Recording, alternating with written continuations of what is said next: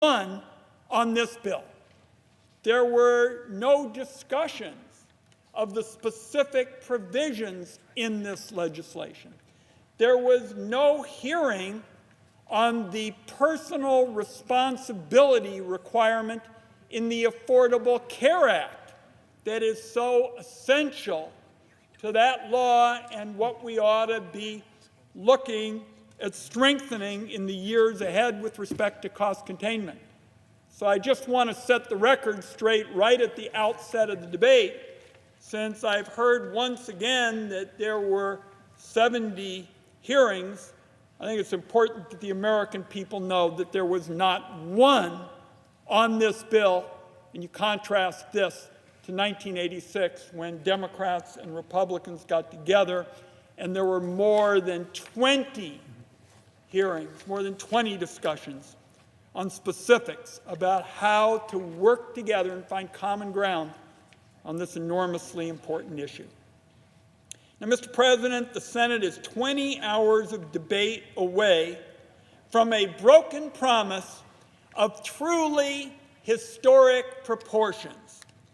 This was supposed to be the year that the working people of America regained a powerful voice in Washington. Instead of a strong voice, what they got instead was a big con job. If this Republican tax bill passes, Washington is going to reach into the pockets of working Americans and cut a big check to multinational corporations, to tax cheats, and to the politically powerful and well-connected. The bill before the Senate would enshrine an economic double standard that makes permanent second-class treatment of Americans who work hard and do their best day in and day out to provide for their families. For the cops, for the nurses, for the mechanics, for those who work retail, this Republican tax plan is one big gamble. They don't get any special tax dodges, no Cayman Islands deals for them. Those folks are stuck clinging to the hope that they won't be among the millions hit with an immediate tax hike. Even for those lucky Americans who do see some benefit, there is bad news coming down the pike. All they get out of the Republican plan is the fleeting sugar high of temporary tax cuts. That's not the case, though, for the multinational corporations or powerful high flyers who wield the big political power in this town.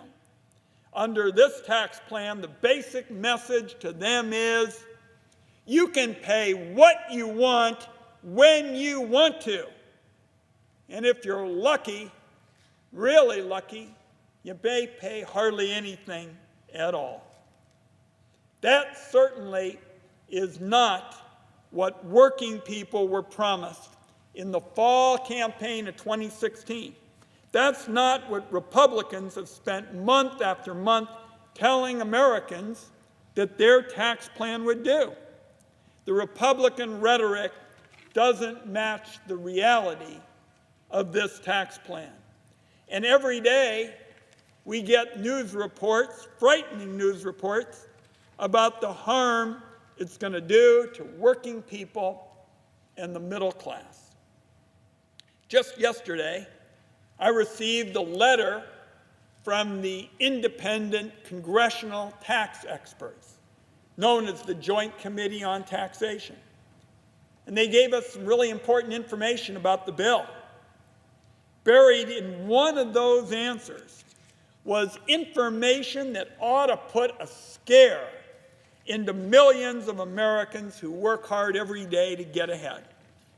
This bill showers trillions of dollars on multinational corporations. But the fact is, these multinational corporations are already awash in cash. What it means according to these independent congressional tax experts, is interest rates are going up. The Federal Reserve will have to tighten the screws of the economy. Here's the bottom line for what it means for a middle-class American in North Carolina or Oregon or anywhere else in the United States. If you want to buy a house, this bill is going to make it more expensive. If you want to buy a car, this bill is going to make it more expensive. If you want to get a credit card, this bill is going to make it more expensive. If you want to take out a student loan, this bill is going to make it more expensive. And it's not just harm for typical families. The cost of doing business is going to rise for the brewery owner or the tool and die maker who wants to build a new facility, purchase new equipment. They'd like to hire new workers, the ones that we're talking to, but they'll find the money they need to do it is getting drained by higher interest rates. In short, higher interest rates will wipe out the benefits of this bill for a lot of small businesses and add pain to the tax hikes that are going to hit millions of families. The only businesses and individuals who won't feel the effects I just described are those sitting on mountains of cash, those who will never need to borrow to get ahead. And that is just one of the latest, truly frightening details about what this destructive bill would do. Now, if there was any doubt remaining, it's clear based on those tax experts that individual working Americans and families are going to be on the hook for handouts to multinational corporations. Republicans have spent months shouting from the hilltops that they were bringing jobs back. The president made it a centerpiece of his campaign. Jobs are coming home, he said. Corporations that ship jobs overseas are going to be punished. The plight of so many mill towns and factory towns was over. It's too bad that those talking points from the stump speeches and interviews never made it into the proposals on paper, because the tax plan that is actually before the Senate does the opposite. Under the new notion of taxes for American companies overseas, it'd be called a territorial system. Corporations will get a bigger tax cut if they lay off their American workers, their workers here in the United States, pack up and move abroad. It creates colossal new loopholes, a true bonanza of new tax gifts for the tax cheats, for the people who've got the sophisticated help to cut corners. When it comes to international tax rules, my view is the United States shouldn't get suckered into a race to the bottom with a bunch of no-tax, resort-lined islands to please the tax avoidance industry and their lobbyists. That is truly expensive competition in terms of taxpayer dollars and jobs. But this Republican plan forces working Americans to pay up. The tax experts that we rely on here in the Congress make it clear that the Republican corporate tax scheme loses revenue, but the individual tax changes raise revenue. That is a whole lot of tax lingo, Mr. President, for saying that working people are going to get fleeced so that multinational corporations can pay a lot less. Here's how it's going to work. More and more Americans will face a tax hike with every passing year. Stealthy tax tricks will force people into higher brackets, higher tax brackets over time, heaping a heavier burden on their shoulders. Millions of working Americans are going to lose their health care and their tax credits that make insurance affordable to them and their family.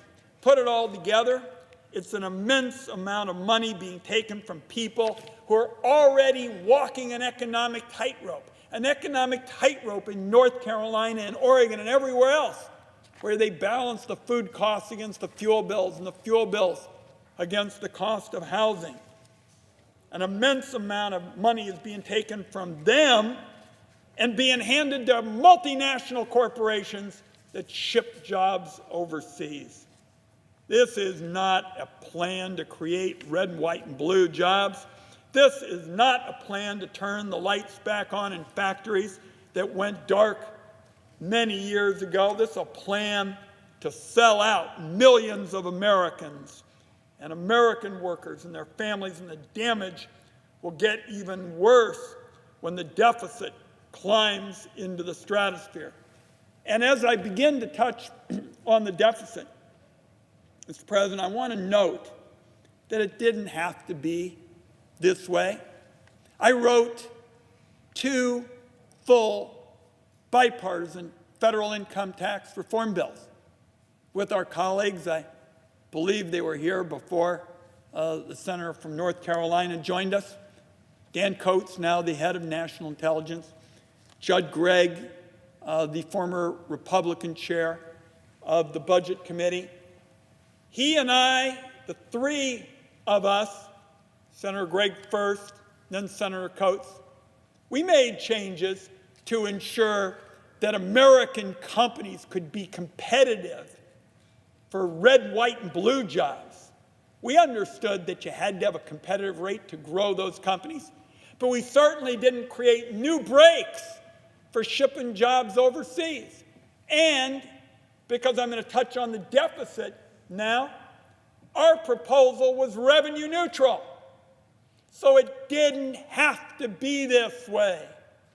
That's what Senator Manchin and Senator Kaine said yesterday, along with 17 Democrats.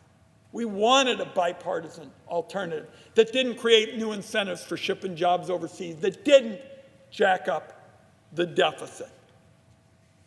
But I certainly was surprised when I saw early on that Senate Republicans, who had given so many speeches about their concern about the deficit, said, it's kind of okay with us if we have a net deficit of $1.5 trillion, and as the Joint Committee on Taxation has essentially indicated to me, it would be higher than that. All of the deficit hawks in the Republican Party just flew away. That was surprising, because it seems like just yesterday, when the Congress couldn't buy lunch without a whole cast of Republican deficit hawks doing some pretty serious hollering about the deficit. But based on history, what's coming next is pretty predictable. We've seen the movie before. The deficit hawks come flying back after ideas like the one we're looking at in the Senate become law. We already heard the Speaker say, what's next? Entitlement reform, which means Medicare, Medicaid, anti-hunger programs. The Speaker said, that's what's next. That's next on the docket. Everybody listening ought to know that that's code for attack and multiple fronts on these kind of programs for the most vulnerable people in our country, the lifeline programs, the safety net programs that I've just described. What we're going to hear, because this is the script from earlier movies, is we got these big deficits. Oh my goodness, a lot of red ink. And America can't afford the safety net. And they'll say, we've got to do something. And instead of being willing to go after the people at the top, history says that the people who really face the burden of those deficit reductions are the most vulnerable. The first big legislative push after the Bush tax cut, for example, was an all-out assault on Social Security. And the fact that it was stopped doesn't mean that Medicare or Medicaid or other safety net programs like Social Security are going to be safe this time around. The policy on offer, in my view, is simply a disaster. It makes a mockery of the approach Ronald Reagan took with a big group of Democrats. And this bill, and I know so many of my colleagues on the other side of the aisle admire President Reagan greatly. This bill is the opposite of what President Reagan did. What President Reagan did is he said to those big multinational corporations, I've got to ask you to give up some money in order to make sure that the middle class, the individual ratepayer, would get a fair shake. This is just the opposite, 180 degrees away from what Ronald Reagan did. We are going to have an amendment on the middle class here pretty soon, but what could be more stark than the fact that the tax cuts for the multinationals are permanent and the relief for the middle class is temporary? This bill is the opposite, the total opposite of what Ronald Reagan worked on in 1986. Now, our colleague, Senator Enzi, and I have worked with him often, and I'm sad to see us have such differing views on this, said that we've had 70 hearings. Well, I can tell you, the once storied Senate Finance Committee never even attempted once to craft a bipartisan bill. And we said for months that was our preference. That was what was stated in a letter that the vast majority of Senate Democrats signed. That's what we said when we were invited to the White House to meet with the president. We said it repeatedly. I mentioned the two bills I wrote. They're the only two bipartisan federal income tax reform bills. Only two we've had since 1986. And by the way, Mr. President, they didn't go as far as Ronald Reagan went. Ronald Reagan, in 1986, said, for purposes of taxes, a dollar is a dollar is a dollar. We're going to have the same rate for those who make money on investments that we do for those cops and nurses who get that wage, that ordinary income. And I've indicated on the floor that Senator Bradley, former New York Knick, and as I like to say, another tall Democrat who served on the Senate Finance Committee with a much better jump shot than mine, he's incredulous at this process. He's just slack-jawed when he asks about what's being done to bring both sides together. Senator Bradley and others on the Republican side in 1986 flew all over the United States to get together with senior Republicans and Jim Baker and Richard Darman and others to talk about the specifics of getting bipartisan tax reform together. You hear the stories and you see that's the way you tackle an issue like this. So Bill Bradley flew all over the country to work with Republicans to get a bipartisan tax reform bill. And right now, the majority on the Senate Finance Committee wouldn't walk down the corridor of the Dirksen building once to talk about anything resembling how we would put together a bipartisan proposal. So the process we have seen here makes a mockery out of Reagan-style reform. Now, some have asked, was this foreordained? Did it have to be? Well, I've already made it clear that I don't think it had to be. It's hard work putting together a bipartisan bill. Senator Gregg, for example, when he was here in the Senate, I think was one of Leader McConnell's top economic advisors. He was chairman of the Budget Committee, and we always used to say in our house, Judd Gregg is scary smart. But we sat next to each other on chairs in our office for almost 2 years to put together a bill. So it is heavy lifting, but it can be done. And a lot of that work was brought into other efforts since then. The question of the Bush proposal, bipartisan commissions, or a variety of ones. But it's pretty hard to do when the majority leader says on the first day, the very first day out, we're going to use the most partisan process, budget reconciliation. And in effect say, what we're telling the other party is we don't want your ideas because we don't need your votes. And sometimes it got almost a little ridiculous because I know there were times when statements were made by the Republican leadership that no Democrats were interested in bipartisan tax reform, despite the fact that in the few instances where a White House official would call and ask our opinion, Senate Democrats would meet.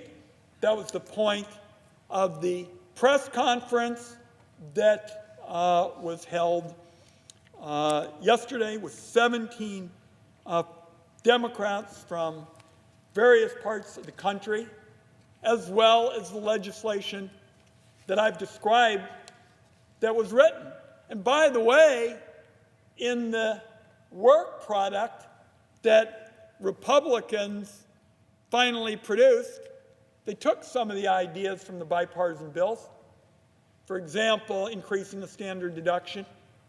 But we tripled the standard deduction without any takeaways, like the state and local deduction or the permanent exemptions. And what that meant is in the bipartisan bills, if you pass something like that, people adjust their wages, and immediately working class folks get hundreds and hundreds of dollars more in every paycheck. So not only were there no discussions, and I've seen Republican senators stand out on the floor sometimes and hold up a sign, what we're doing is Wyden Coates bill. Nothing could be further from the truth, whether it's on the international provisions I mentioned or the personal provisions. And I was so proud to stand with Senate Democrats in a meeting yesterday put together by Senators Manchin and Kaine, once again stating that it doesn't have to be this way. I mean, what's the rush to take taxes for multinational corporations from 35 to 20? Back when I was working with Senator Gregg and Senator Coates, the Republicans, we didn't have multinational corporations saying that we should go to 20. The difference between 25 and 20 is $500 billion. So my colleagues yesterday were saying, moderate Democrats, we're serious about tax reform, both on the individual and the corporate side. But it ought to be based on bipartisan give and take, not something like we have seen. Now, Republicans in Congress and the administration's top salesmen have spent months and months telling the American people that in the long run, their bill is going to pay for itself with explosive growth. And they had cheerleaders. They are those who cooked up these phony growth forecasts based on revenue-neutral reform proposals that don't exist. But respected economists will tell you that tax cuts don't pay for themselves. And in fact, when we had a chance to have some discussion, not about a specific bill, but some ideas about taxes, the Republican economists who were before the Finance Committee said that the tax cuts wouldn't pay for themselves. The honest predictions say that any growth caused by this bill is going to be modest. And after they've spent years insisting, I can't tell you, Mr. President, how many times I heard this, that we would have dynamic scores. Republican senators are rushing the independent scorekeepers to try to get a thorough analysis, but we don't have it as we're on this floor debating the bill. And finally, we ought to forget that this bill has been getting a rewrite behind closed doors for weeks now. A number of my colleagues on the other side said what was important to them is that we have what's called regular order. Regular order is probably not a concept people talk about in too many coffee shops unless they traditionally get eggs or toast or something. But what it means is you have a process where both sides work together and you have a chance to discuss ideas and differing approaches are offered. We haven't had anything like that. We haven't had an open process with real debate and real amendments. What we've seen is a mad dash to pass a bill that can't stand scrutiny in broad daylight. If this bill really got scrutinized and had a chance to be examined, we'd see a lot of Americans coming to their senator and saying, "Senator, no way should you support that bill. What's on offer is a plan to force working people and middle-class families to pay for handouts to multinational corporations and tax cheats. This bill does not deserve to pass. My view is that it really doesn't deserve the ink that was used to print it on paper. The process that has culminated in the scramble to just drive it through with the most arbitrary process imaginable, I consider shameful. Mr. President, with that, I yield the floor.